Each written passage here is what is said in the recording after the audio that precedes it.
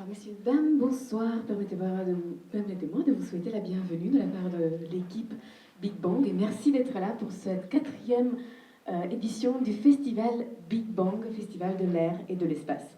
Ce soir, vous êtes là pour un magnifique titre qui est La Lune, point de départ des vols habités vers Mars. Et pour cela, l'animateur de notre soirée, qui va vous introduire nos experts, c'est Monsieur Heidmann, Monsieur Richard Heidmann, qui est cofondateur et vice-président de l'association Planète Mars, qui est la filiale française de la Mars Society, et ingénieur en propulsion spatiale. Donc, messieurs, dames, merci encore et je vous souhaite une très bonne table ronde auprès de nos experts.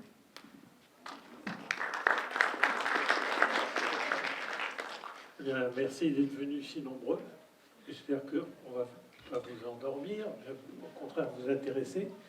Alors, je vais d'abord vous présenter nos intervenants. Monsieur Pascal Bordet, donc au bout de la table, qui est chercheur astrophysicien, directeur du laboratoire d'astrophysique de l'Université de Bordeaux. Ensuite, nous avons Jean-Marc Salotti, qui est professeur de cognitique à l'Institut Polytechnique de Bordeaux, ingénieur-chercheur, et François Spiro, à ma droite, qui est responsable des stratégies au CNES, Centre national d'études spatiales, c'est-à-dire l'Agence spatiale française. Alors, le titre de la conférence et de la table ronde est peut-être un peu rebutant dans la mesure où vous dites que ça va être très technique. On va essayer de ne pas être trop technique, parce qu'il y a déjà des débats très importants, très longs et très difficiles entre nous sur ces aspects techniques, mais essayer d'élargir un peu cette problématique, non seulement en termes techniques, mais également en termes programmatiques. Alors, ça fait quand même 50 ans, comme vous le savez évidemment, en ces lieux, qu'on a posé le pied sur la Lune. Depuis, on a essayé plusieurs fois de relancer l'exploration spatiale habitée avec des hommes. Il y a eu au moins 3 tentatives. Une juste après Apollo, qui s'appelait Post-Apollo, qui a été promu par von Braun, créateur de la fusée Saturn V, qui a été abandonnée tout de suite.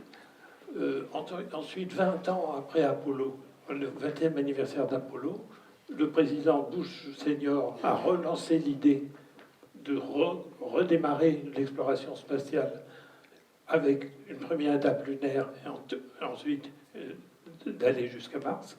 C'était le programme SEI, Space Exploration Initiative, qui a été coulé aussi quelques années après.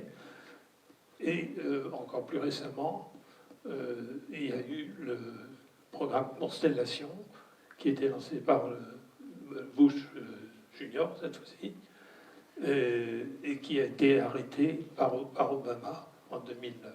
Donc, vous voyez, on ne peut pas dire qu'il y ait eu un désintérêt à cette perspective, mais par contre, il n'y a jamais eu de prise de décision, et au contraire, énormément de temps, de gâchis, je dirais, intellectuels, pour réfléchir à différentes solutions.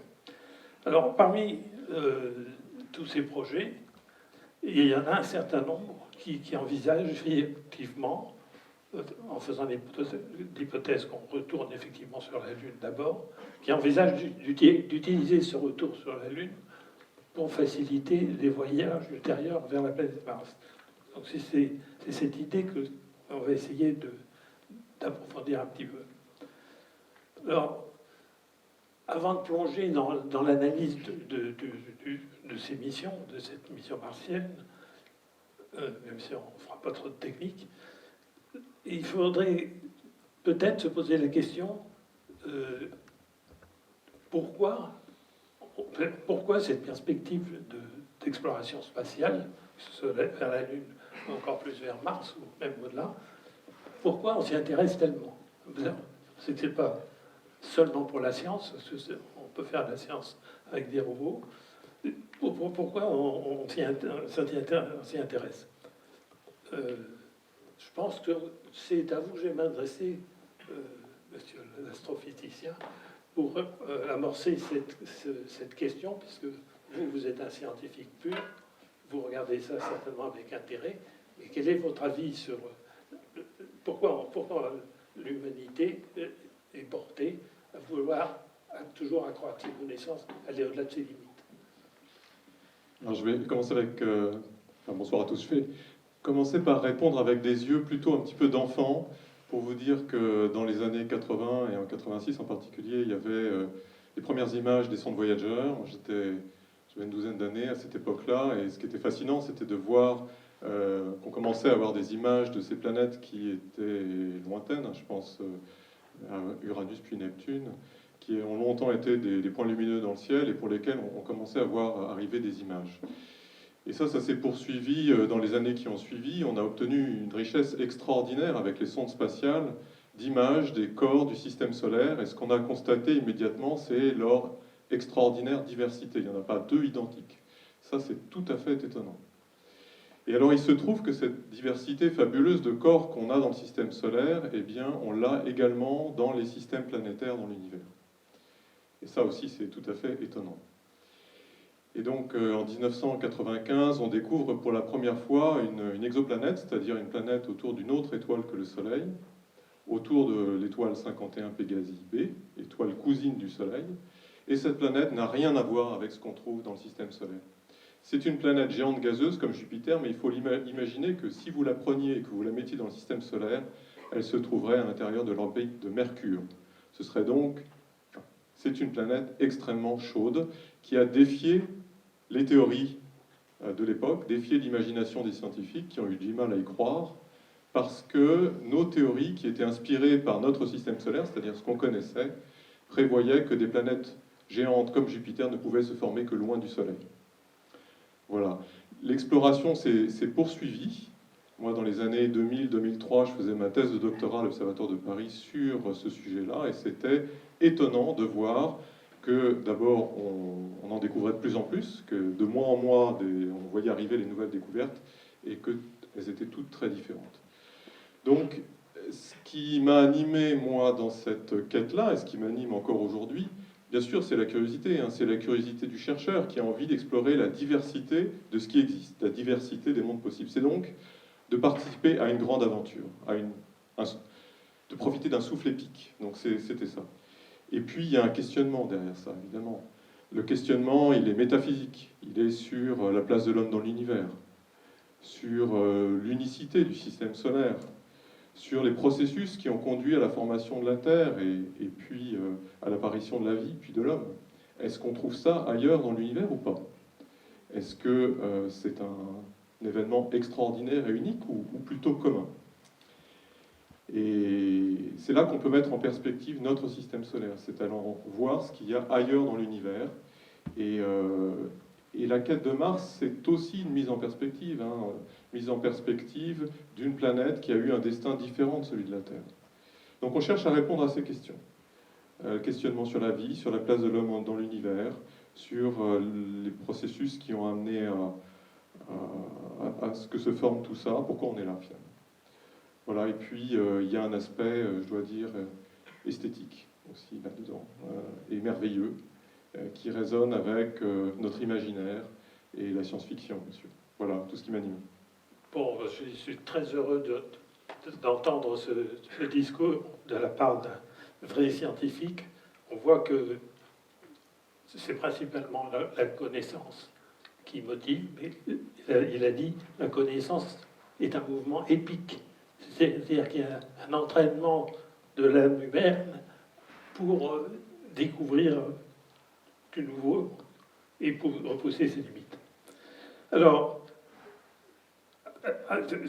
supposons effectivement qu'on retourne sur la Lune, c'est probable.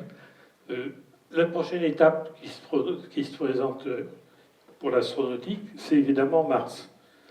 J'ai envie de poser la question à Jean-Marc Salotti, qui a beaucoup étudié ce problème. Comment expliquer que cette planète, qui certes a exercé dans les 2 derniers siècles une attraction mythique sur l'esprit humain par son étrangeté et sa ressemblance avec la Terre. Comment se fait-il que cette attraction demeure malgré la connaissance très détaillée qu'on a acquise depuis 50 ans grâce aux robots? Eh bien, parce qu'il y a de multiples raisons, en fait. D'abord, les premières raisons, elles ont été données, c'est toujours la curiosité, dans un premier temps, la science, bien sûr. Et alors, les questions de la vie, mais c'est une question fondamentale, parce qu'on sait que dans les premières étapes du développement de Mars, il y a quelques milliards d'années quand même, hein, mais dans les premières milliards d'années de Mars, il y avait de l'eau liquide à la surface de Mars, et donc les astrophysiciens et les astrobiologistes se posent la question de savoir s'il y avait peut-être les conditions favorables au développement de la vie, et donc peut-être qu'il y a caché, peut-être, parce que là pour l'instant on n'a encore rien trouvé, mais il y a peut-être sous la surface martienne encore des traces peut-être de vie fossile, peut-être pas de vie qui serait encore à l'heure actuelle en train de se développer, parce qu'il faudrait que l'eau soit encore liquide. Il y a encore de l'eau liquide sur Mars, il n'y en a pas. Et de l'eau, oui, mais sous forme de glace. Donc le développement de la vie paraît difficile, mais peut-être qu'il y a eu dans le passé de l'eau liquide, enfin il y a eu de l'eau liquide, donc peut-être de la vie, et donc les astrobiologistes cherchent des traces de cette vie passée. Alors ça c'est un premier point, mais il y a aussi donc tout un tas de raisons pour aller vers Mars. Là, sans doute une raison, enfin en tout cas une motivation importante, c'est le fait que Mars ressemble relativement, on va dire, beaucoup à la Terre. C'est-à-dire par rapport à la Lune par exemple, ou par rapport à Mercure ou d'autres planètes comme Jupiter, Mars ressemble beaucoup plus à la Terre.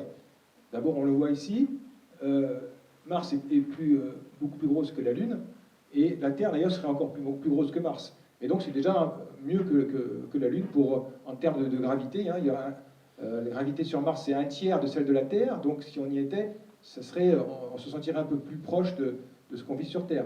Mais il n'y a pas que ça. Il y a aussi une atmosphère ténue, certes, mais une petite atmosphère, et en plus du gaz carbonique. Donc ça me fait imaginer plein de choses. Le gaz carbonique, tiens, le gaz carbonique pour les plantes, peut-être dans un futur lointain. Enfin, vous voyez, on commence à se projeter.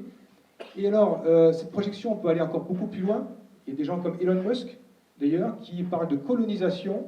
Et alors, je pense que là, du coup, la raison peut-être qui motive Elon Musk et plein d'autres gens, plein d'autres astronautes et passionnés de Mars, c'est moi ce que j'appelle, il y a le rêve quelque part, mais moi j'appelle ça la raison de transcendance. C'est-à-dire qu'en fait, si jamais on arrive à établir des bases permanentes sur Mars, et à se développer sur Mars, c'est-à-dire avoir des villes, avoir une civilisation pratiquement sur Mars, eh bien, ça veut dire qu'en fait, l'humanité serait capable d'être multiplanétaire, au lieu d'être monoplanétaire. Et donc ça, quelque part, c'est la transcendance. C'est-à-dire que tout d'un coup, on change le destin pratiquement de l'humanité, et peut-être de la vie aussi d'ailleurs. Donc c'est ce que j'appelle la transcendance. Et donc ce changement de paradigme, pratiquement, eh bien, ça ouvre l'esprit, et on se dit, mais où est-ce qu'on peut aller encore? Quel est le destin de tout ça? Quel est le futur? Et donc, par la curiosité, par cette envie peut-être de transcendance, en tout cas, d'essayer de passer cette transcendance, parce que c'est compliqué quand même, hein, c'est pas simple, mais peut-être que c'est faisable.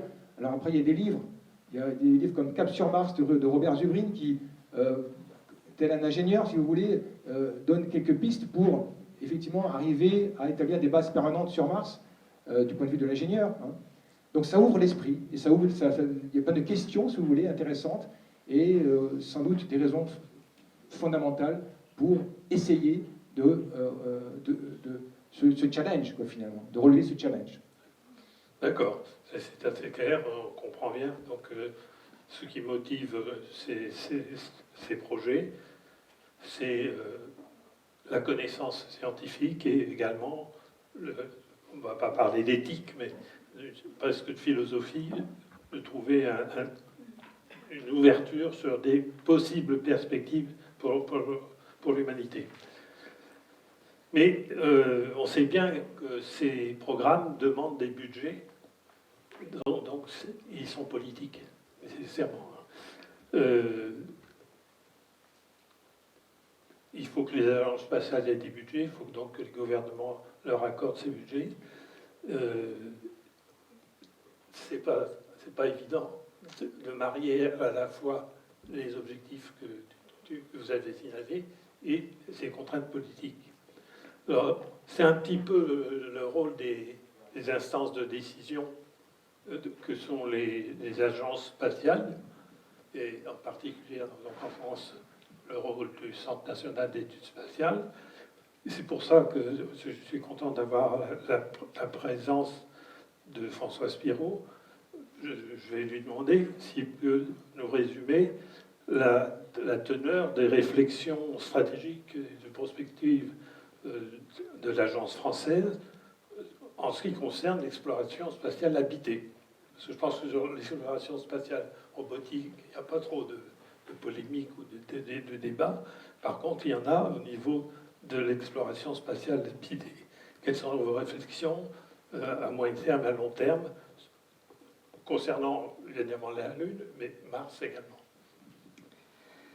Vaste question. Bonsoir tout le monde. Alors effectivement, je vais essayer de parler au nom du CNES, de l'Agence spatiale française, mais le propos que je vais partager avec vous va au-delà de simples considérations franco-françaises. La France, pour beaucoup de choses, et en particulier les spatiales, et en particulier les vols habités, s'inscrit dans un cadre européen, voire international. Donc voilà, je vais essayer de dresser un petit panorama de tout ça. Alors, Richard, vous l'avez dit, il y a la réflexion à moyen long terme, et pour que je puisse expliquer un peu nos idées, nos perspectives à moyen long terme, peut-être passer 2-3 minutes pour expliquer où on en est aujourd'hui et quelles sont les échéances à court terme. Moi, je m'occupe de vols habités depuis pas mal d'années au CNES, et il y a une dizaine d'années, je ne sais pas si dans la salle vous le savez, il y avait un astronaute français qui s'appelle Léopold Eyarts, mais pas forcément beaucoup de gens l'ont connu, qui d'ailleurs est originaire de pas très loin d'ici, de la région de Biarritz, qui est allé dans la Station spatiale internationale pour installer le module européen qui s'appelait Columbus. Et il s'avère que j'étais déjà aux affaires de vols habités à ce moment-là au CNES, et je me souviens très bien avoir eu une discussion avec mon directeur de l'époque, qui m'a dit « François, tu fais profil bas. On n'en parle pas, on ne fait pas de com, on ne fait pas d'expérience scientifique ou technique d'accompagnement de la mission de Léopold dans la station spatiale, etc. » Ok, d'accord, je me suis exécuté, donc on a fait le minimum syndical. Quelques années plus tard, vous le savez bien, il y a eu la mission de Thomas Pesquet, dont j'ai eu l'honneur d'être le responsable au CNES. Et là, changement radical, changement à 180 degrés. C'était pas François, tu rases les murs, c'était François, tu communiques un maximum. Donc vous voyez, en moins de 10 ans, 2008 pour Léo, 2006 pour Thomas, un changement radical de perspective, 2016 pardon, un changement radical pour la perspective, le sentiment français au CNES sur les vols habités. Alors pourquoi cette évolution? Donc c'est ça que je voudrais expliquer, et ensuite ça va me permettre d'élaborer ce qui est en train de se tramer pour le moyen long terme. Pour plusieurs raisons. Premièrement, ça a été dit, il y a eu quand même beaucoup de missions robotiques qui sont allées vers la Lune, vers Mars, depuis pas mal d'années, en particulier des missions à coloration française. Il y en a une qui, vous le savez, c'est sur Mars depuis le mois de novembre, la fabuleuse mission InSight, qui a découvert un premier séisme, il n'y a pas longtemps, vous avez peut-être entendu parler de ça. Et il y a une maquette, effectivement. Donc, tout ça pour dire que, d'un point de vue robotique, pour la Lune et pour Mars, on a déjà fait énormément. Il y a encore beaucoup à apprendre, il y a beaucoup à faire, mais voilà, on a déjà fait énormément. Et donc, voilà, l'étape d'après, évidemment, c'est le vol habité. Ça, c'est une première réflexion. Deuxième réflexion, au niveau vol habité, comme vous le savez, on a 10 astronautes français, le dernier Thomas, qui a volé en 2016, qui va revoler dans 2 ans probablement. Et il va où, Thomas? Et les autres, et Jean-François Clairvoy, et Claudie, etc., il va vers la station spatiale, 400 km au-dessus de nos têtes. C'est la banlieue. Ça n'a rien à voir avec les deux destinations que vous avez derrière vous. Et comme c'est la banlieue, et comme on arrive petit à petit vers la fin de vie de l'ISS, eh bien, tout à fait logiquement, on commence à réfléchir, what next? Qu'est-ce qui vient après? Et après, bah, c'est la Lune et Mars, voilà, tout simplement. Et j'ajoute un élément. Et donc, enfin non, l'élément, je vais le dire tout à l'heure. Parce qu'il y a une troisième chose que je vais vous dire avant de parler du futur. Pourquoi est-ce que, pour Thomas Pesquet, on a pu faire énormément de com'? C'est d'abord et avant tout Thomas lui-même qui a fait de la communication. Et ensuite, nous tous, on l'a accompagné. Parce que justement, on se rend bien compte qu'en Europe et dans le monde, le grand public, les décideurs politiques et aussi les décideurs économiques, on parlait de Elon Musk, de Jeff Bezos, etc., de plus en plus s'intéressent à l'espace en général et aux vols habités en particulier. Et donc la France, elle ne peut pas faire bande à part. Voilà. Donc pour toutes ces raisons, et encore quelques autres, on s'est dit, on change de cap, et d'où la mission de Thomas. Voilà. Longue introduction, désolé, mais c'était pour bien introduire ce que je vais dire maintenant, qui est, pour répondre, Richard, à la question... Tu as raison de faire ça, parce que ça explique bien le changement d'attitude. Voilà, qui est quand même assez radical. Moi, je travaille dans le spatial depuis une trentaine d'années, et là, on voit rarement des changements aussi brutaux. Voilà. Alors, maintenant, on est en 2019. Quelle est la situation à court, moyen terme et à long terme? À court, moyen terme, dans les 5 années qui viennent, pour le dire de manière plus précise, on assiste à une diversification absolument phénoménale des missions habitées. Jusqu'à présent, et depuis une vingtaine d'années maintenant, il n'y avait que l'orbite basse terrestre, avec l'ISS, point barre. Vous le savez. Maintenant, on voit fleurir la station spatiale chinoise, on voit fleurir toute une série de stations spatiales privées ou semi-privées, essentiellement américaines, et, bien sûr, on voit le fameux projet de Gateway, la Lunar Gateway, la station orbitale lunaire avec 4 astronautes à bord, qu'emmènera la capsule Orion dans quelques années. Capsule Orion, soit dit en passant, construite, ça on ne le sait pas toujours, conjointement par les Américains et les Européens, avec particulièrement des travaux en France. Donc il y a ce projet de station spatiale Gateway dans laquelle l'Europe et la France sont impliquées. Donc ça c'est du court terme, ça va se faire dans les prochaines années. Et puis voilà, on commence à réfléchir à un peu plus long terme. Il existe un groupe international de coordination des affaires d'exploration qui est un peu une émanation de la coordination de l'ISS, qu'on étend à la Lune et à Mars. Et on y réfléchit depuis une dizaine d'années. Et pour faire simple, il y a 2 approches possibles pour aller vers la planète Mars. Il y a l'approche privilégiée par certaines associations, certaines personnalités, qui est de dire Mars direct. On construit tout ce qu'il faut et on développe toutes les technos, on fait le développement scientifique qui va bien et on fonce vers Mars. Et il y a plein de bonnes raisons et Jean-Marc en mentionnait plusieurs tout à l'heure. Et puis il y a l'autre approche qui est l'approche incrémentale, step by step, petit à petit. D'abord on fait l'ISS, et là, comme je l'ai dit avant, on est vers le début de la fin de l'ISS. Il reste quelques années, et ensuite ça devrait tirer sa révérence. Et puis ensuite, un peu plus tard, on va faire joujou sur la Lune, et peut-être que je pourrais expliquer en quoi ça prépare Mars. Et, in fine, bien sûr, l'exploration de Mars.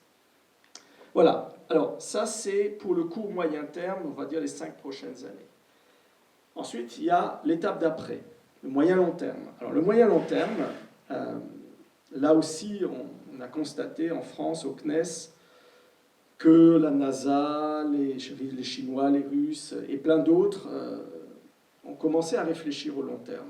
Que ce soit en termes scientifiques, ça a été mentionné tout à l'heure, mais aussi en termes économiques, en termes culturels, en termes industriels. Et petit à petit, l'idée est arrivée que l'écosystème humain que nous connaissons depuis l'aube de l'humanité et qui jusqu'à aujourd'hui, quand on disait écosystème humain, c'était équivalent de dire écosystème terrestre. Et bien graduellement, cet écosystème humain va s'étendre un tout petit peu à l'orbite basse avec l'ISS et de futures stations privées. On fera de l'industrialisation en microgravité, mais surtout vers la Lune et Mars. Et un symbole de cette évolution de la pensée en France, en s'inspirant en particulier de ce qui se fait ailleurs, c'est qu'on a créé il y a 2 ans ce qu'on appelle un observatoire de prospective spatiale qui s'appelle Spaceable. Et dans cet observatoire que j'anime, on met ensemble des gens du spatial, des gens spatiales, des ingénieurs, des chercheurs, des gens de l'agroalimentaire, des médecins, des architectes, bref, toute une panoplie de gens d'horizons très variés. On les fait réfléchir, on les fait plancher sur plein de sujets comme les futures bases humaines sur la Lune et Mars, on l'a mentionné tout à l'heure, comme l'industrialisation, je parlais de l'écosystème humain qui va s'étendre vers la Lune, vers Mars. Un beau jour, il y aura des industries à la surface de la Lune, à la surface de Mars. Quel type d'industrie, quel type de flux économique. Un beau jour, il y aura des bases humaines pérennes, on en parlait tout à l'heure, sur la Lune, sur Mars. Comment vont-elles vivre de manière autonome, d'un point de vue alimentaire, d'un point de vue support vie, etc., etc. Donc, tout ça pour vous dire que côté CNES, une longue réponse à une question un peu plus courte, tout ça pour vous dire qu'il y a eu vraiment une évolution en France et au CNES sur cette perspective d'exploration habitée de la Lune et de Mars, où on était quand même très réfractaire, appelons un chat, et on est en train de changer. On peut simplement regretter que c'est peut-être pas assez connu.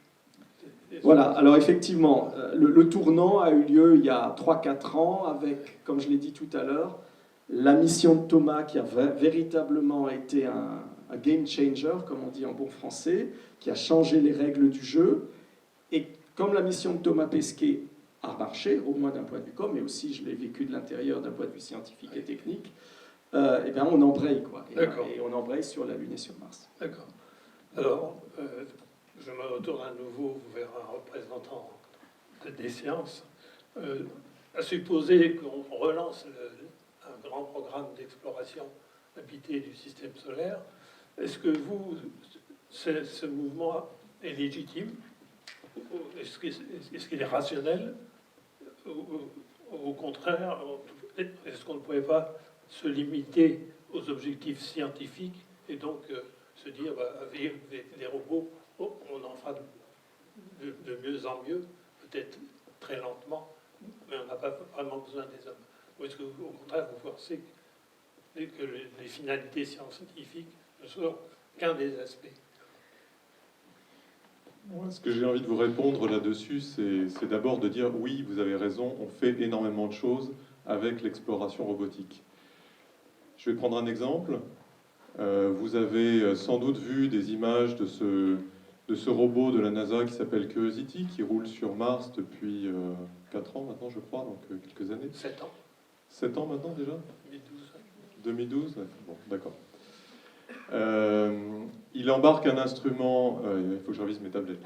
Il embarque un instrument dans sa tête, qui est un instrument qui tire des coups de laser sur la roche de surface pour la vaporiser et qui en fait l'analyse à distance par une technique qu'on appelle la spectroscopie. Donc c'est un instrument très sophistiqué qui a été en partie conçu par mon laboratoire, le laboratoire d'astrophysique de Bordeaux, avec l'Institut de recherche en astrophysique et planétologie de Toulouse, et puis le CNES, bien sûr, en partenariat avec la NASA. Donc on a un instrument qui fonctionne, pour prendre celui-là, parce qu'il est frappant, extrêmement bien, et qui permet d'apprendre énormément de choses sur la minéralogie de surface de Mars.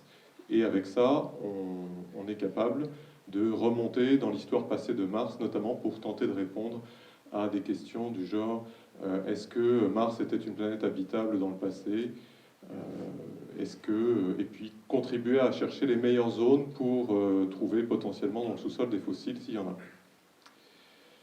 On travaille aujourd'hui à un instrument de seconde génération sur la base de cet instrument-là. Donc ça progresse vite. Les Américains savent poser des rovers de taille comparable à une automobile.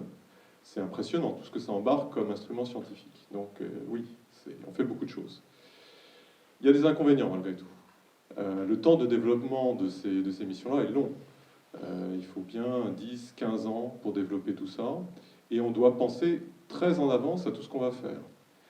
Et donc, il y a quand même des limites à cette forme d'exploration. Il y a un certain, je dirais, manque de souplesse, manque de flexibilité. Il y a une vue qui est restreinte, finalement, à ce qu'on a un petit peu dit qu'on allait chercher. Et parfois, avoir une vue restreinte et trop anticipée sur ce qu'on a envie de trouver, ça conduit à faire des erreurs. Et alors là, je pense à un exemple. Il y avait une expérience qui était embarquée sur une des sondes Viking, qui s'est posée sur Mars. Je crois que c'était une expérience qui cherchait à mettre en évidence de la photosynthèse, si je ne me trompe pas, ou la présence de plantes, qui a donné un résultat positif, c'est-à-dire qui semblait démontrer qu'effectivement, il y avait une certaine forme de vie végétale sur Mars. C'était une erreur. C'était parce on ignorait la nature du sol martien, le fait que c'était un sol qui avait des propriétés très oxydantes, qui a conduit à des dégagements d'oxygène qui n'avaient rien à voir avec le vivant, mais qui était un processus de chimie minérale. Voilà, donc on est aussi prisonnier de ce genre de choses. Et donc, d'un point de vue scientifique, pour moi, envoyer des hommes sur Mars, c'est se doter d'une capacité bien supérieure en matière d'exploration, d'avoir des gens qui peuvent se laisser guider par leur intuition, qui vont embrasser plus largement les paysages, les contextes, et peut-être aller creuser là où il faut, là où on n'aurait pas pensé à les creuser. Creuser dans le sous-sol et peut-être exhiber des fossiles, oui, ça c'est quelque chose qui est probablement beaucoup plus difficile à faire de manière robotique, et peut-être quelque chose qui justifierait, à elle seule d'envoyer des hommes sur Mars. Pour moi, ça va au-delà de ça, hein, d'un point de vue scientifique, c'est-à-dire, je dirais que aller sur Mars, envoyer des hommes sur Mars, c'est à nouveau se lancer dans une grande aventure, dans laquelle le rêve, l'imaginaire a une place très forte, et ça questionne, effectivement, on l'a mentionné, ça questionne la capacité de l'homme à explorer, à quitter le berceau de l'humanité. Et donc ça questionne le lien qu'on entretient avec notre écosystème, c'est-à-dire pouvons-nous vivre en dehors de notre écosystème. L'espace est quand même, et même la Lune ou Mars, sont des environnements extrêmement hostiles pour l'homme. On est loin d'avoir résolu tous les problèmes qui se posent à nous pour pouvoir y aller. Je ne parle pas que de vaisseau spatial, mais je parle de l'impact que ça a sur l'organisme humain. Est-ce que pour faire ça, il va falloir pousser notre technologie et se doter de machines plus performantes, ou est-ce qu'il va falloir se changer soi-même, travailler sur notre code génétique, faire évoluer l'homme? Ça, c'est un questionnement qui est vertigineux. C'est vertigineux. Et ces questions-là, donc quand on envoie l'homme dans l'espace, finalement, on questionne ça. Et ça, pour moi, c'est d'un point de vue scientifique et métaphysique, c'est extraordinaire aussi. Voilà. Très bien. Merci de ce tour d'horizon très complet de votre vision. Oui, tu veux intervenir? Si je peux. Oui, vas-y. Je veux pas, soyez bref. Je ne veux pas casser la dynamique, mais je voudrais juste rebondir sur le dernier propos qui vient d'être tenu, le fait de faire évoluer l'homme. Effectivement, c'est une vraie question, c'est-à-dire quand un jour il y aura des bases humaines sur la Lune, sur Mars, des bases pérennes, pas simplement on y va, on reste quelques jours, on fait joujou et on rentre comme Apollo, on y va, on y reste. Effectivement, du fait de la gravité différente, du fait de l'environnement radiatif, etc., pour plein de raisons, il y aura un nouvel homme, un nouvel être humain, peut-être une nouvelle branche de l'humanité, et c'est une des choses qu'on regarde aussi. Alors, je me permets aussi de faire une petite remarque qui n'était pas prévue, mais c'est pour illustrer votre propos sur l'évolution de l'homme. On s'inquiète beaucoup pour les séjours prolongés dans l'espace, en particulier le voyage vers Mars, des problèmes des radiations ionisantes. Et il s'avère que chacune de nos cellules possède un arsenal de 700 protéines dont le rôle est de réparer les dégâts à l'ADN selon des processus différents. On en connaît 250. On ne comprend vraiment pas tout ce qu'elles sont capables de faire. Évidemment, les recherches vont s'orienter pour doper ce système extrêmement complexe. On va chercher à voir sur quel bouton il faut appuyer pour que ça fonctionne encore mieux. Et ça pourrait conduire à des progrès considérables, par exemple dans le traitement des cancers. Voilà, c'était juste une petite parenthèse qui allait un peu dans le même sens, pour dire que d'envoyer des hommes, c'est quand même intéressant. Bon, ceci étant, on est dans une situation aujourd'hui qui a été évoquée par François Spiro, mais dont il faut reconnaître qu'elle n'est pas très très claire. Hein. Pour l'instant, il y a des idées. Les agences spatiales se sont mises d'accord sur l'idée de commencer par une étape lunaire avec un but ultime qui est Mars. Mais il n'y a pas de programme pluriannuel avec des budgets pluriannuels. Et deux, on a en face de nous, je dirais, des Américains qui changent leur fusil d'épaule au moins tous les 4 ans à l'occasion des élections, même avant. Par exemple, Trump, au début, qui était là, il dit il faut aller sur Mars. La Lune a déjà fait, il faut aller sur Mars. Puis après, il a dit non, finalement, il faut aller sur la Lune. La NASA lui a dit oui, mais pas avant 2028, il faut au moins 10 ans pour le faire. Bon. Et puis d'un coup, le voilà qui dit non, c'est pas 2028 qu'il faut, c'est 2024. Parce que c'est à la fin de son deuxième mandat. Donc il veut marquer, c'est évident, ça s'est vu comme le nez au milieu de la figure. Alors on imagine bien que les partenaires potentiels des Américains, dont les Français le connaissent, doivent avoir des soucis pour bâtir leur propre stratégie face à quelqu'un qui change tout le temps comme ça. C'est pour vous souligner le fait que faire un grand programme comme ça, c'est pas que des difficultés techniques, il y a aussi des difficultés d'organisation et de politique. Et alors, en plus de ça, on est vraiment dans une phase de mutation très, très marquée. L'apparition de l'initiative privée va encore compliquer la chose. Parce que vous avez Elon Musk, vous avez maintenant aussi Jeff Bezos, le patron d'Amazon, qui est quand même on peut ne pas l'aimer, hein, mais en partant de son garage, il a créé la plus grande richesse, la première richesse du monde.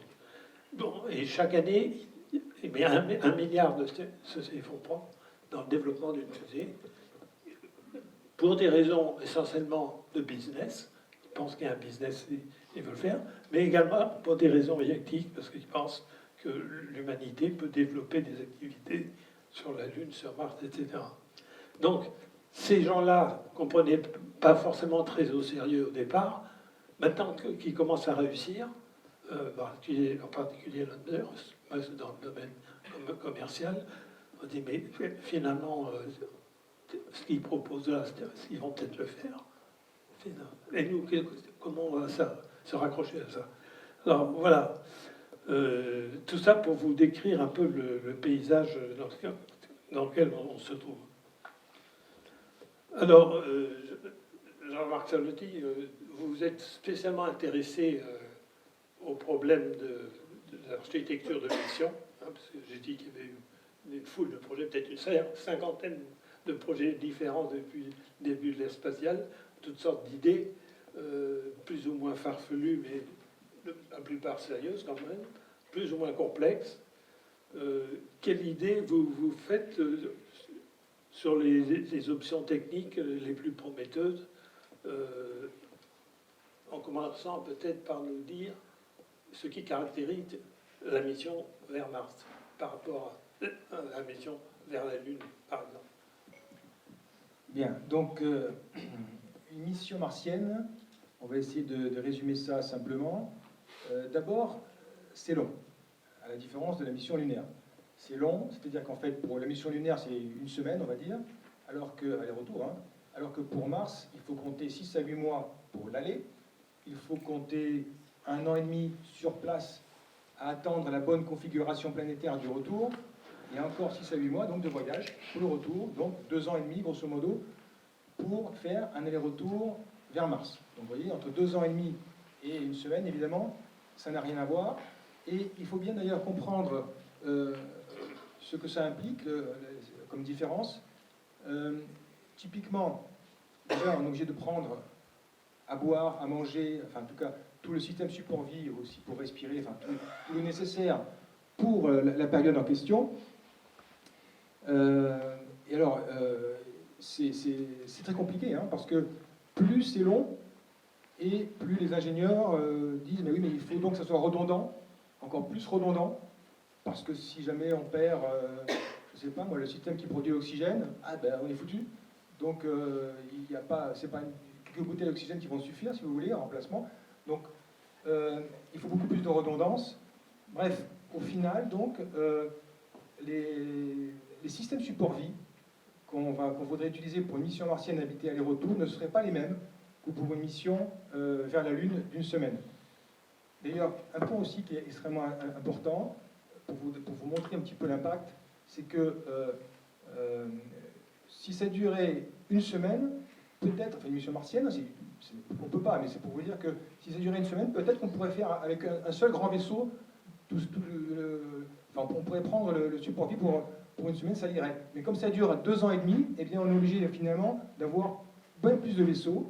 Alors d'abord, parce qu'en fait, il faut un vaisseau déjà pour y aller, ça c'est sûr, mais il faut aussi descendre à la surface, et puis il faut remonter, et puis il faut aussi revenir directement vers la Terre. Et donc, au total, on pourrait estimer qu'il faut, il faut grosso modo de l'ordre de, moi c'est un peu mes calculs que j'ai fait dans certains articles, 4 grands vaisseaux, par exemple, typiquement, 4 grands vaisseaux de la taille de celui de Saturne V, hein, le grand vaisseau qui a permis d'aller sur la Lune, eh bien, il faudrait 4 fois ça pour une mission martienne habitée. Mais ce qu'il faut bien comprendre, et ça on ne le comprend peut-être pas bien, mais c'est que si on voulait rester 2 ans et demi sur la Lune, donc par exemple 3 jours pour y aller, et puis 2 ans et demi sur la Lune, et puis 3 jours pour revenir, eh bien il faudrait pratiquement la même masse. Parce qu'en fait c'est pareil, hein, il faut donc beaucoup d'eau pour 2 ans et demi, il faut un habitat pour 2 ans et demi, etc. Peut-être un petit peu moins, parce qu'il y a un petit peu moins d'énergie en termes de besoins, bon, mais en tout cas l'ordre de grandeur est le même. Il faudrait 3 ou 4 vaisseaux pour faire l'aller-retour vers la Lune. Ça, c'est pour vous donner un ordre de comparaison. Ensuite, il y a d'autres challenges, hein, évidemment, pour les missions martiennes habitées qui sont spécifiques. D'abord, évidemment, l'isolement des astronautes, hein, le confinement. Donc tout ça, évidemment, ça doit être étudié. D'ailleurs, on estime qu'il faut nécessairement, il faudra faire des tests sur des longues périodes dans l'espace en totale autonomie avant de faire les missions martiennes habitées, parce qu'à l'heure actuelle, on a une expérience de l'ISS, des séjours de 6 mois, maintenant 1 an, mais pas plus. Ce n'est pas suffisant. Et en plus, il y a des ravitaillements assez fréquents pour l'ISS. Là, on envisage une mission de 2 ans et demi en totale autonomie. Il n'y a aucune possibilité de faire un ravitaillement intermédiaire. En plus, il faut changer les systèmes support vie. On n'est pas prêt, on n'est même pas prêt. C'est mal compris d'ailleurs, mais certains imaginent qu'on est presque prêt, on sait vivre dans l'espace, il n'y a pas de souci. Non, c'est pas tout à fait juste. Parce qu'en fait, si on fait une mission de 2 ans et demi, il faudra tout optimiser pour 2 ans et demi. Par exemple, un truc presque anecdotique, on pourrait se dire, la pression atmosphérique à l'intérieur du vaisseau, en fait, on va dire. Actuellement, l'ISS, c'est 1 bar. Eh bien, c'est pas optimal, 1 bar. Parce qu'en fait, donc, c'est ok, ça simplifie l'arrivée des vaisseaux qui viennent de la Terre, mais il y a de l'oxygène, enfin, il y a une atmosphère a priori trop importante, il vaudrait mieux faire moins. Donc vous voyez qu'on n'est même pas prêt en termes de pression atmosphérique, c'est même peut-être pas l'optimal pour une mission martienne habitée aller-retour. Donc et il y a plein de choses comme ça. On n'est pas prêt, en fin de compte. Donc il faudrait faire véritablement déjà ce fameux vaisseau, l'optimiser pour la mission martienne aller-retour habitée. Ouais. Et puis il y a encore d'autres points. Il y a bien sûr le point peut-être essentiel, c'est la descente vers Mars. Parce que ça, effectivement, on a déjà fait atterrir bien sûr des robots, hein, sur Mars, mais là, on passe, si vous voulez, de 1 tonne à faire atterrir à 20, 40 tonnes, peut-être même plus, à faire atterrir sur Mars. 40 tonnes par rapport à 1 tonne, ça n'a rien à voir. Ce n'est pas les mêmes technologies, si vous voulez, c'est la différence qu'il y aurait entre une trottinette et un camion. Hein, c'est pas les mêmes technos, c'est une très grosse différence. Les challenges sont autres, si vous voulez. Et il n'y a pas que ça, il y a aussi le retour depuis Mars, la remontée en orbite. Et évidemment, par rapport à la Lune, c'est un peu plus, il y a un peu plus de pesanteur, c'est un petit peu plus compliqué.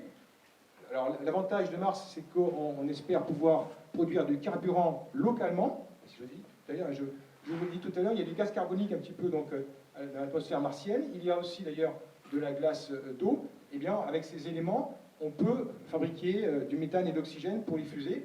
Et donc, c'est une idée pour repartir depuis Mars. Vous voyez que ça change, c'est une chose d'ailleurs qui est spécifique aussi à Mars, qu'il faudrait tester aussi avant de pouvoir envoyer des humains. Jean-Marc, je crois qu'on va essayer Oui. d'avancer un petit peu. Non, mais Moi, j'ai je dit l'essentiel. conclue les deux choses essentielles que tu as dites.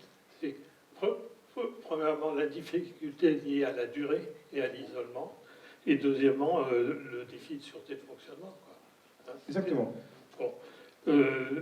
Alors, je me retourne à nouveau vers le CNES. Face à ces défis particuliers que pose la mission vers Mars, quelle est l'opinion du CNES ou les intentions du CNES en matière de ce que pourrait apporter, ce que devrait apporter un programme lunaire rationnel pour préparer au mieux un futur programme martien plus difficile? Alors, deux, trois remarques préliminaires. D'abord, la question ne se pose évidemment pas qu'au CNES, elle se pose Oui, à l'ensemble des agences tout à fait. spatiales. Et comme je l'ai dit brièvement tout à l'heure, le CNES fait partie d'un groupe d'une quinzaine d'agences spatiales qui se coordonnent sur l'exploration avec la NASA, les Chinois, les Russes, etc. Et donc, c'est typiquement le genre de sujet dont on parle très régulièrement. Donc ça, c'est une première remarque. Une deuxième remarque, c'est que l'exploration habitée de Mars, la mission habitée vers Mars, c'est un peu le Graal des agences spatiales. Moi, je me souviens, quand j'étais gamin, il y a fort longtemps, on disait déjà à l'époque « l'homme sur Mars dans 20 ans ». Quand j'étais étudiant, l'homme sur Mars dans 20 ans. Quand j'étais milieu de carrière, l'homme sur Mars dans 20 ans. C'est toujours dans 20 ans.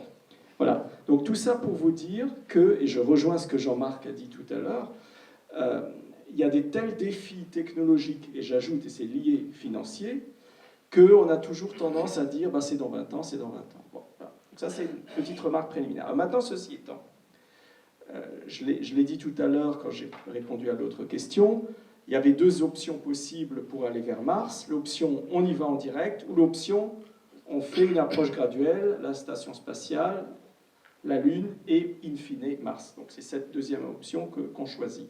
Pourquoi est-ce qu'on choisit cette option? Justement, c'est la réponse à la question qui est posée, parce qu'on estime que sur la Lune, il y a toute une série d'activités, toute une série de concepts qui vont nous aider à préparer un jour l'homme sur Mars. Alors, je vais en citer 4. Il y a certainement davantage de choses. Première piste, c'est tout ce qui est opérationnel. Ça a été mentionné tout à l'heure. La Lune comme Mars sont des corps à gravité faible, inférieure à celle de la Terre. La gravité de Mars est un peu plus forte que la gravité de la Lune, mais c'est quand même voisin, et c'est beaucoup plus faible que la gravité terrestre.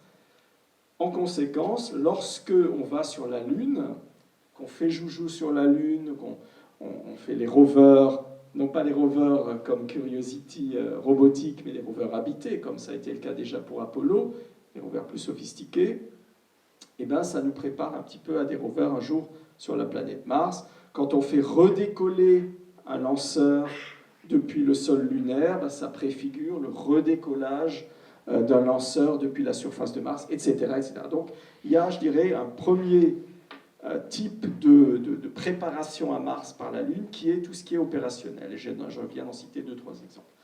Un deuxième aspect, ça a été mentionné il y a quelques minutes, c'est les aspects humains. Les aspects humains au sens physiologique et au sens psychologique. Le corps humain, quand il est en absence de gravité ou en gravité partielle, comme c'est le cas sur la Lune et Mars, eh bien, il se dérègle, on l'a dit tout à l'heure. Ça devient un nouvel humain, comme il y a eu autrefois l'homme de Cro-Magnon, l'homme de Néandertal, etc. Je ne sais pas comment ça va s'appeler à l'avenir, mais voilà, l'être humain change. On l'a vu dans les 6 mois et demi de Thomas, quand il était il y a 2 ans dans l'ISS. au bout des 6 mois et demi, quand il est retourné sur Terre, il avait pris 3 cm en taille, qu'il a perdu ensuite parce que bon, il s'est réacclimaté à la gravité terrestre.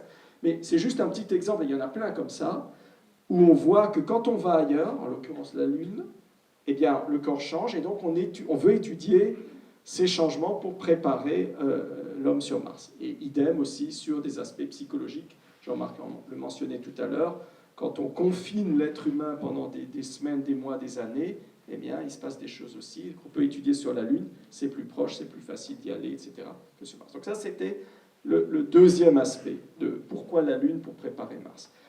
Troisième aspect, eh bien, c'est la science. La science et la technologie au sens large. Ça a été mentionné tout à l'heure.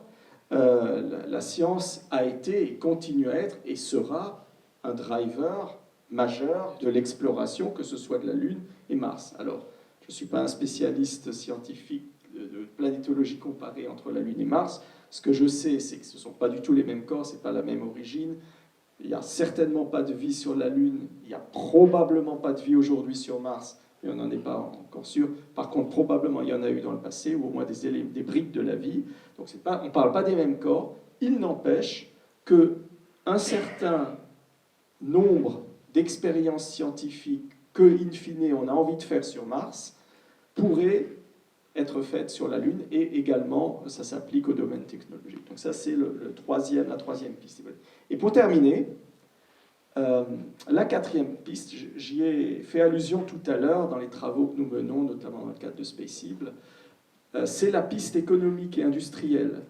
C'est-à-dire que l'écosphère humain, ce que je disais tout à l'heure, va graduellement aller vers la Lune. On va petit à petit construire des industries sur la Lune. Alors pourquoi ? Parce qu'il y a une gravité plus faible, parce que c'est la porte vers plus lointain, des minerais, etc. Il y a plein de raisons. Il y a aussi le tourisme, ne l'oublions pas, qui est aussi une industrie du futur. Et donc, ce développement économique à moyen-long terme sur la Lune et autour de la Lune va préfigurer ultérieurement un développement économique à la surface de Mars. Mars, dont je rappelle, une des raisons parmi d'autres, que c'est une planète relativement proche de la ceinture des astéroïdes, dans laquelle, semble-t-il, il y a quand même beaucoup de minerais qui pourraient nous intéresser. Donc voilà, toute une série de raisons qui font que l'exploration humaine de la Lune, mais pas, et je terminerai par là, pas comme on l'a fait il y a 50 ans lors des missions Apollo, ce qu'on appelle dans notre jargon flag and footprint. On y va, on plante le drapeau américain, on ramasse 3 cailloux, on fait 3 jolies photos et on rentre. Cette fois, on y va, on y reste. Et ça peut bien préfigurer de l'exploration habitée de Mars. Oui, mais justement, quand on écoute, quand on observe le comportement du président Trump récemment, qui avance de 4 ans le programme pour des raisons purement d'égo politique, est-ce qu'il n'est pas en train de s'aborder ce que tu dis? Parce que pour développer en 4 ans ce qui en demanderait 8, il va simplifier. Donc, est-ce qu'on ne va pas retomber sur un foot and flag? Exactement. Alors, il y a 2 réponses à cette question. La première réponse, elle est relativement facile. C'est John Kennedy. Vous le savez tous. John Kennedy, au début de la décennie des années 60, a dit avant la fin de la décennie, il y aura un Américain sur le sol de la Lune. Beaucoup de gens, j'étais pas né à l'époque, mais beaucoup de gens ont rigolé en disant c'est du grand n'importe quoi. Et finalement, vous le savez tous, hein, il y a eu effectivement un homme sur la Lune, même plusieurs hommes sur la Lune avant la décennie. Mais pourquoi ça a marché? Pourquoi cette volonté politique, cet affichage politique, in fine, a réussi quelques années plus tard? Tout simplement parce que Kennedy et l'administration américaine au sens large a sorti un énorme chèque pour que ça se fasse. Aujourd'hui, Donald Trump et son vice-président Mike Pence font des annonces mirobolantes. L'homme sur la Lune en 2024, l'homme américain, comme il y a 50 ans. Un Américain lancé par une fusée américaine dans un vaisseau américain. Exactement. La déclaration. Donc, il fait ses annonces mirobolantes comme Kennedy avait fait son annonce mirobolante. Est-ce que Trump va sortir le chéquier? Le C'est pas juge, Trump, c'est voilà, le Congrès. ou le voilà. Trump, il a annoncé il n'y a pas longtemps 1,6 milliard de rallonge. C'est à la fois beaucoup et pas beaucoup. Il faut savoir que le budget américain, le budget NASA, pardon, annuel est de l'ordre de 18 milliards d'euros, 18 milliards de dollars ou d'euros, je ne sais plus. 1,6, c'est à la louche 10%. C'est pas avec 10% de plus, même si c'est beaucoup d'argent, que ça va fondamentalement changer la donne. Côté américain Apollo, il y a 50 ans, c'était multiplié par, je ne sais plus combien, 4, 5, 6, 400, 500, 600% d'augmentation. On n'est pas du tout dans les mêmes chiffres. Donc, ça, c'est le premier élément de réponse. Deuxième élément de réponse, et ça a été dit tout à l'heure, notamment par toi, Jean-Marc, il y a des challenges technologiques incroyables. Il ne suffit pas de dire, hop, allez, on va retourner sur la Lune et on y va. C'est très complexe, il y a le problème des radiations sur le corps, mais aussi sur les équipements technologiques. Il y a le problème du redécollage de la Lune avec des astronautes. Alors, ça a été fait avec Apollo, mais c'était assez rudimentaire. Et puis, à l'époque, maintenant on peut le dire, à l'époque on ne le disait pas, on attachait quand même moins d'importance qu'aujourd'hui aux aspects de sécurité, de survie de l'équipage, etc. Qui dit ces aspects-là, dit, comme ça a été dit il y a quelques minutes, des systèmes redondants, donc plus chers, donc plus complexes, etc. Donc, d'un point de vue technologique, c'est pas gagné. D'accord. Donc je crois que ça éclaire bien la pensée de notre agence spatiale. C'est assez encourageant. Il va falloir du courage pour négocier avec les Américains. Du courage et de l'argent. Et de l'argent. Oui, effectivement. Bon, en résumé, c'est une question que je voulais vous poser avant de terminer. Si un tel programme est effectivement lancé, quelles avancées positives vous y verriez principalement sur le plan scientifique et en particulier dans votre domaine, par exemple? Alors, sur le plan scientifique en général, on peut espérer beaucoup de retombées, même si c'est pas 5 à 600% d'augmentation du budget. Finalement, s'il y a une augmentation du budget, ça va générer quand même un enthousiasme, ça va générer un travail, un intérêt scientifique pour plein de questions. Donc je pense qu'on peut espérer qu'il y ait beaucoup de choses qui reviennent d'un point de vue scientifique en général à la société. Pour le programme Apollo, j'avais réfléchi à quelques exemples qui m'en sont revenus en mémoire, je crois que je ne me trompe pas, de choses qui sont revenues à la société qui peuvent être un peu anecdotiques ou pas. Il me semble, dans le domaine des vêtements, suite aux recherches qui ont été faites sur les scaphandres, les bandes velcro, je crois que ça, c'est un exemple amusant de retour vers la société. Dans le domaine de l'électricité, il me semble avoir appris durant mes études que on a travaillé sur des systèmes d'alimentation électrique sans transformateur, en utilisant des transistors de puissance, et ça fait des systèmes très légers et d'adaptateurs secteurs pour les téléphones aujourd'hui, que vous utilisez, je ne sais pas si vous avez remarqué, mais ils sont très légers. Un exemple aussi qui n'a rien à voir avec mon domaine, mais qui me touche là récemment, c'est dans le domaine de la psychologie. On a parlé de psychologie, effectivement. Sélectionner les astronautes, c'est très difficile à faire. Comment choisir des gens qui ont la solidité psychologique pour faire face à toutes les difficultés? Il y a eu des programmes de recherche là-dessus. Et par exemple, aujourd'hui, on enseigne des techniques de management, on a appris ça, qui sont fondées sur des recherches qui ont été faites au moment de la sélection des astronautes du programme Apollo. Donc les retombées vers la société sont diverses et réelles. Dans mon domaine à moi, maintenant, en astrophysique, je vais plutôt parler de l'intérêt pour la Lune, en quelques mots, puisqu'on parlait de la Lune à court terme. On pourrait reparler de Mars, mais j'en ai dit quelques mots déjà. Donc, du point de vue de la Lune, ce qu'il faut savoir, c'est que le système Terre-Lune est quand même un système très particulier, du fait que la Lune a une taille très importante par rapport à la Terre, ça a été mentionné. C'est presque une planète double. C'est donc... la Lune joue un rôle important dans l'histoire de la Terre, probablement dans la stabilisation de son axe de rotation, et ça a sans doute joué aussi un rôle dans la stabilisation du climat, et donc peut-être favoriser l'émergence de la vie. C'est important de connaître tout ça, de savoir comment la Lune s'est formée. Il y a plusieurs hypothèses aujourd'hui sur la formation de la Lune. notamment un impact géant. Et retourner vers la Lune, donc ça va à nouveau dynamiser cette recherche qui, à mon avis, est intéressante pour l'astrophysique en général et la société aussi. Et puis la Lune, ça peut être un observatoire de l'univers, et notamment depuis sa face cachée. On rêve de mettre des observatoires pérennes à cet endroit-là, parce qu'ils sont bien protégés. Juste un exemple, dans le domaine radio, par exemple, la Lune fournit un écran très intéressant par rapport à toutes les émissions électromagnétiques polluantes Oui, de la la Terre. condition de permettre une constellation de GPS autour de la Lune. C'est vrai, ça sera à réfléchir. Mais j'avais lu, quand j'étais expert au CNES, justement, un projet qui visait à observer depuis la phase cachée de la Lune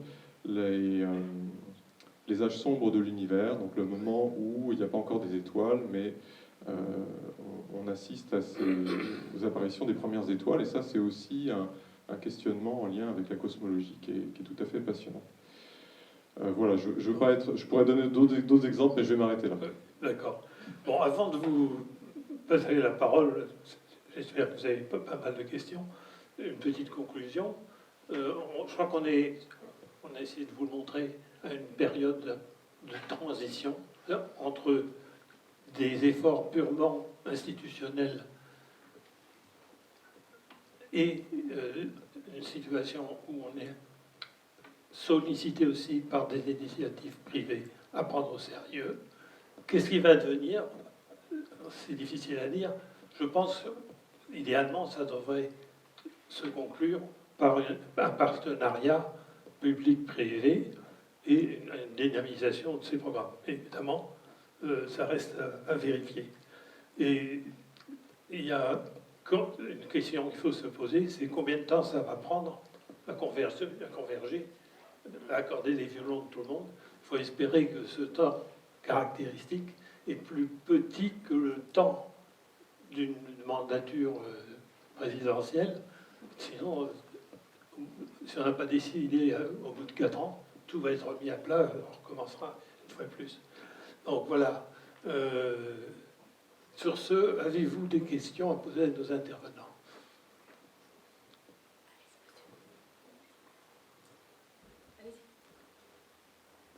Allez-y, monsieur.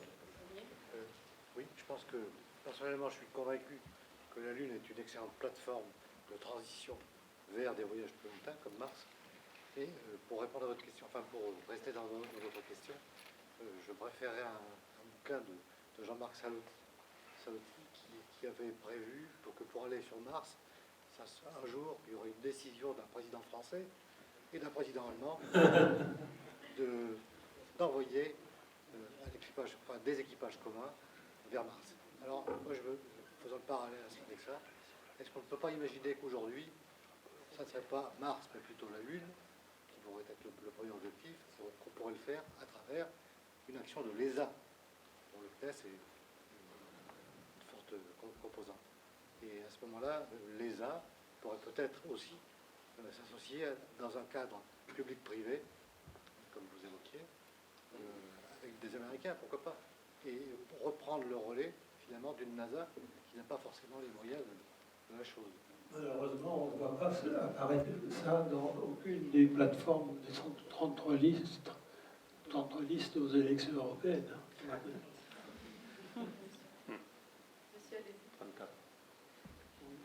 Vous avez tous fait remarquer qu'on n'est quand même pas encore prêt à aller vers Mars, en particulier au plan technologique, il y a quand même encore un certain nombre de lacunes. Et depuis le temps qu'on parle du Mars Sample Return, du retour d'échantillons de Mars, où est-ce qu'on en est aujourd'hui?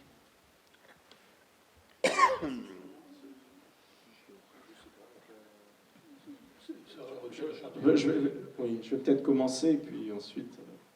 Alors, je vais commencer par la deuxième question, MSR, le fameux Mars Sample Return, retour d'échantillons martiens. Je disais tout à l'heure, l'homme sur Mars, c'est le Graal. Le retour d'échantillons martiens, c'est le sous-Graal, ou le deuxième Graal des agences spatiales, depuis le temps qu'on parle de faire un retour d'échantillons martiens. Alors, pourquoi, peut-être avant de répondre à votre question, pourquoi c'est une mission si importante et si emblématique?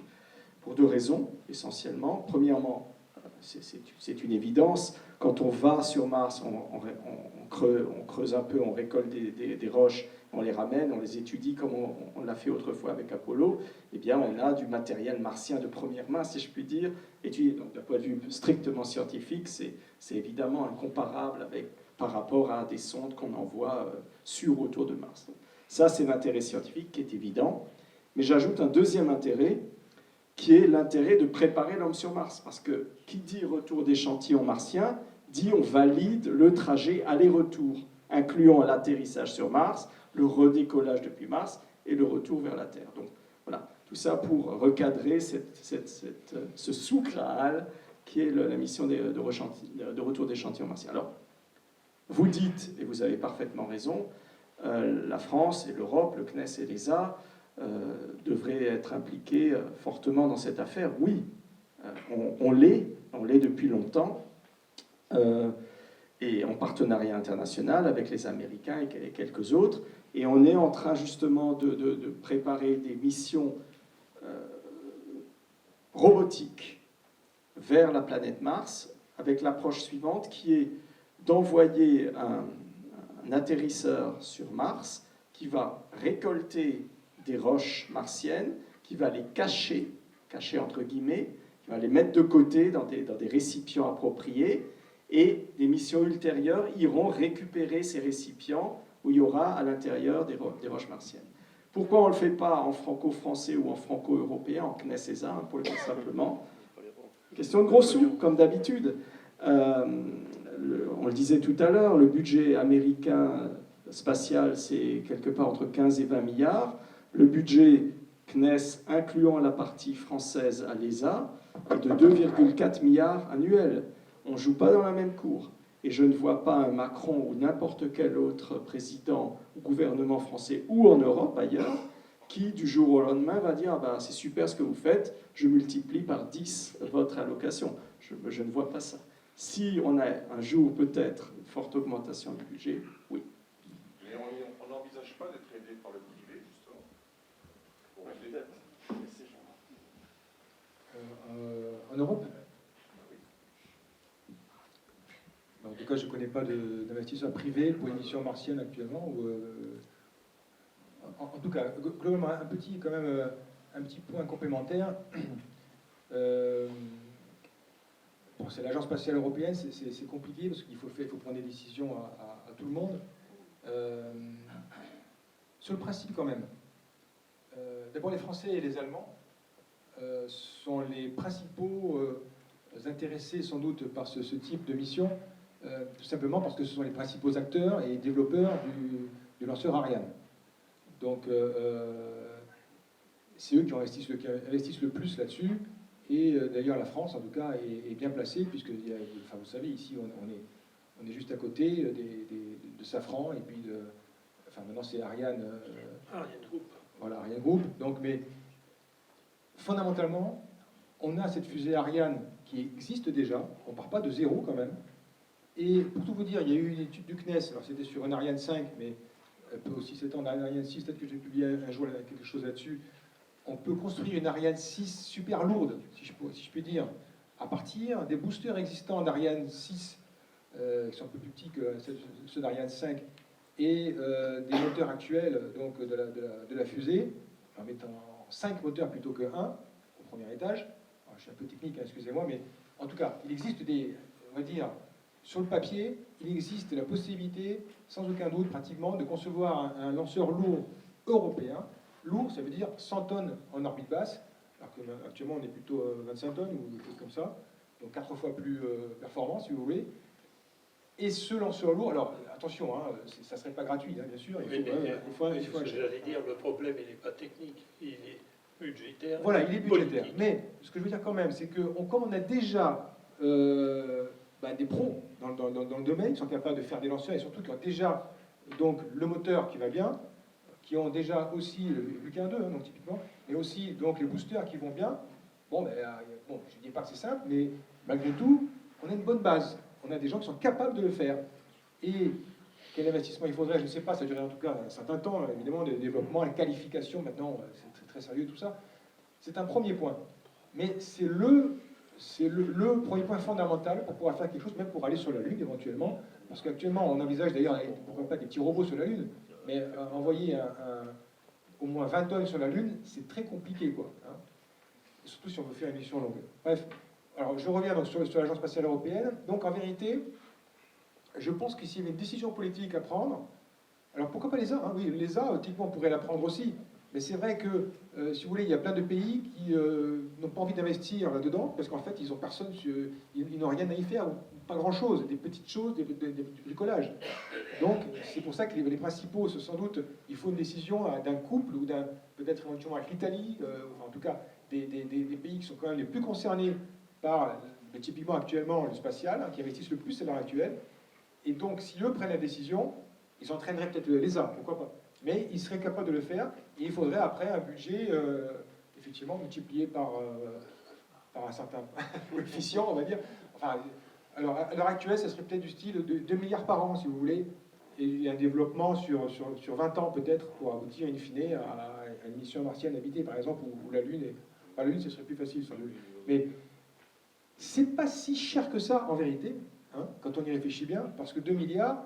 Le budget de la France, on ne le connaît pas à 2 milliards près, si vous voulez. Hein. Au bout d'un an, quand on regarde ce qu'on a dépensé par rapport au budget initial, eh bien les incertitudes sont de l'ordre de... Si c'est une bonne année, bah c'est bon, on est à plus de 2 milliards. Si c'est une mauvaise année, on est à moins 10 milliards, typiquement sur le budget français. C'est même bien plus forte que ça. Oui, c'est ça. Donc c'est pour vous dire qu'en fait, les incertitudes sur le budget sont bien supérieures à ce budget nécessaire pour investir dans le spatial. Surtout qu'en plus, c'est pas de l'argent qui part et qui ne revient pas.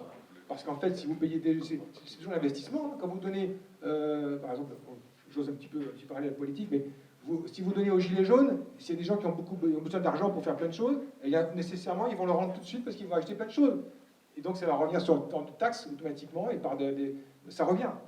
Donc, l'investissement dans le spatial, c'est pareil. Ce ne serait pas nécessairement un investissement à une grosse perte, puisqu'il y a une partie qui reviendrait de fait par les impôts, les taxes, la TVA, etc.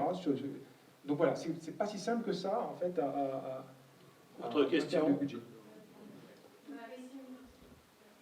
Oui, je voulais demander, vous avez parlé beaucoup de la Lune comme un moyen, une première étape pour expérimenter avant d'aller sur Mars. Est-ce qu'il y a une réflexion qui est faite sur la Lune avec un centre de lancement sur d'autres planètes, où c'est complètement ridicule comme question, ou c'est quelque chose qui est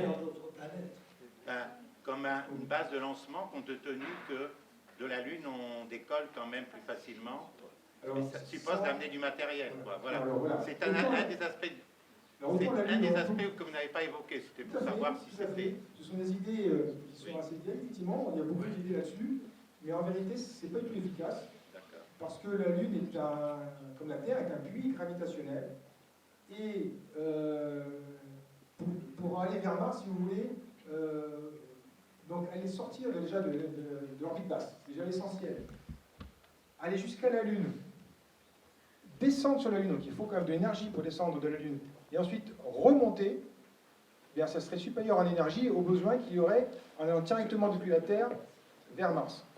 D'une part. Et deuxièmement, c'est encore plus compliqué, si on veut partir de la Lune, il faut une infrastructure locale.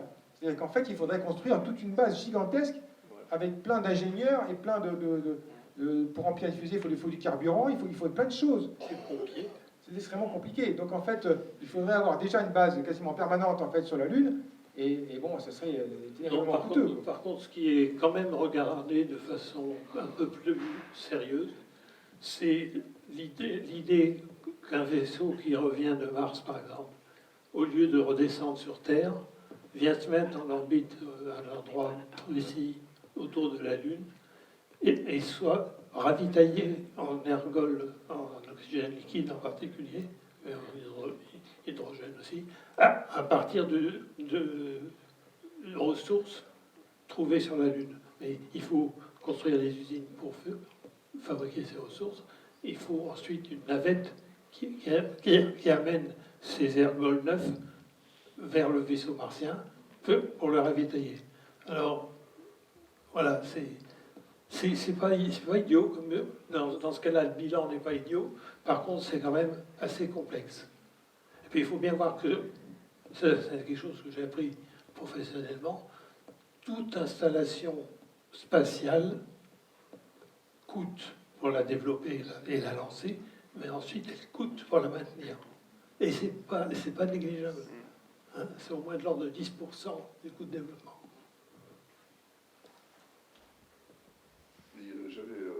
J'avais une question qui m'a percuté, justement dans les propos de Jean-Marc et du CNES. On sait par exemple que l'Agence spatiale européenne travaille dans les projets avec la NASA, et on a évoqué le problème des lanceurs. On a un autre projet qui est par l'Agence européenne et tout ça, avec les Russes, donc un lanceur. Politiquement, est-ce que vous nous éclairez? Si on l'a fait avec le lanceur russe, c'est qu'on ne pouvait pas le faire avec les Américains, parce qu'il y a un problème de lanceur. Est-ce qu'on peut comprendre simplement quel est l'objet de prendre le lanceur russe et pour quelle raison? Alors effectivement, question politique, mais aussi avec une composante technique. La France n'a pas changé depuis l'époque du général de Gaulle.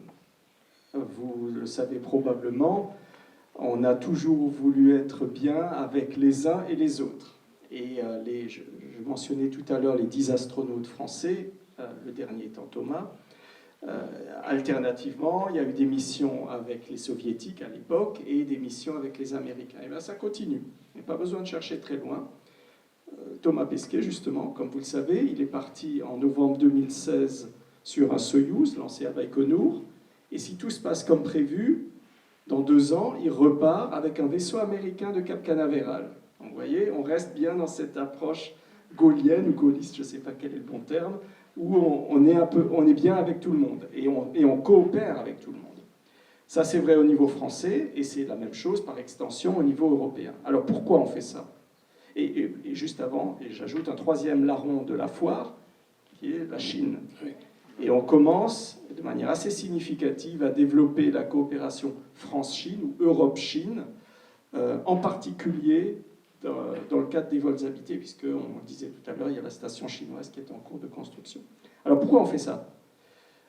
D'abord, il y a un aspect éminemment politique. La France et l'Europe, traditionnellement, veulent être bien avec tout le monde, politiquement, parce qu'il y a des intérêts économiques, parce qu'il y a des intérêts stratégiques, etc. Bon, c'est assez facile à comprendre. Il y a aussi le fait que comme on n'a pas de capacité propre de lancer au choix spationautes, astronautes, cosmonautes, taïkonautes, le terme chinois, eh bien on est bien obligé d'aller toquer à la porte des uns et des autres. Et ça va continuer tant qu'il n'y a pas eu de décision politique de faire de Kourou une base de lancement habitée. Et d'Ariane, un lanceur qualifié. Et d'Ariane, je rappelle, on mentionnait Ariane 5 tout à l'heure, je rappelle qu'au départ, Ariane 5 était censé envoyer des astronautes. Et puis, déjà à l'époque, années 80, il y a eu, voilà, on s'est rendu compte de l'énormité technique et financière que cela impliquait. Et on a dit, c'est pas que les Américains qui arrêtent les programmes, c'est aussi en France et en Europe, on a arrêté le fameux programme Ariane 5 et Hermès. Je m'en souviens très bien, effectivement. On était parti sur une définition de moteur répondant aux normes de sécurité vol habité. Et un beau jour, on se dit, non, vous verrez ça, c'est plus d'actualité. Et avec ça, on a économisé beaucoup d'argent, mais on a perdu des ambitions. Voilà.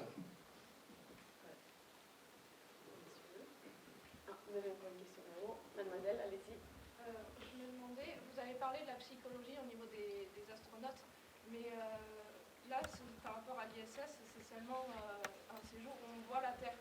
Mais Mars, ça impliquerait qu'il ne voit plus la Terre. Et est-ce que vous pensez qu'un homme peut supporter d'être 2 ans et demi sans même voir d'où il vient ?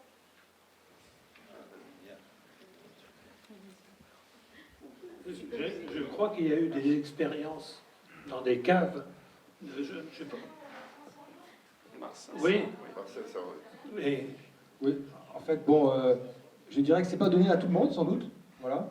Mais il y aurait une sélection des astronautes. Et donc, je ne doute pas quand même qu'il y ait quelques personnes qui soient largement capables de résister à cette pression psychologique, quand même. Donc, effectivement, c'est une difficulté. Mais voilà, il y aura une sélection des astronautes, un entraînement des astronautes aussi. Donc, il faudra bien vérifier et choisir des personnes motivées et capables de tenir cette endurance, quoi, en fait, psychologique.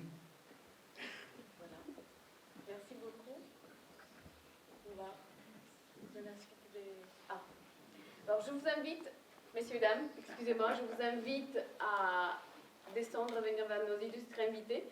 La suite de la soirée s'enchaîne bien évidemment. Pour ceux d'entre vous qui souhaitiez participer à la conférence et ensuite enchaîner avec le film 16 lever du soleil, je vous invite, si vous n'avez plus de questions, à aller rejoindre la grande salle. Pour les autres, vous pouvez rester encore 5 minutes si nos illustres invités sont d'accord. Bien sûr, pas avant de leur remercier chaleureusement pour leur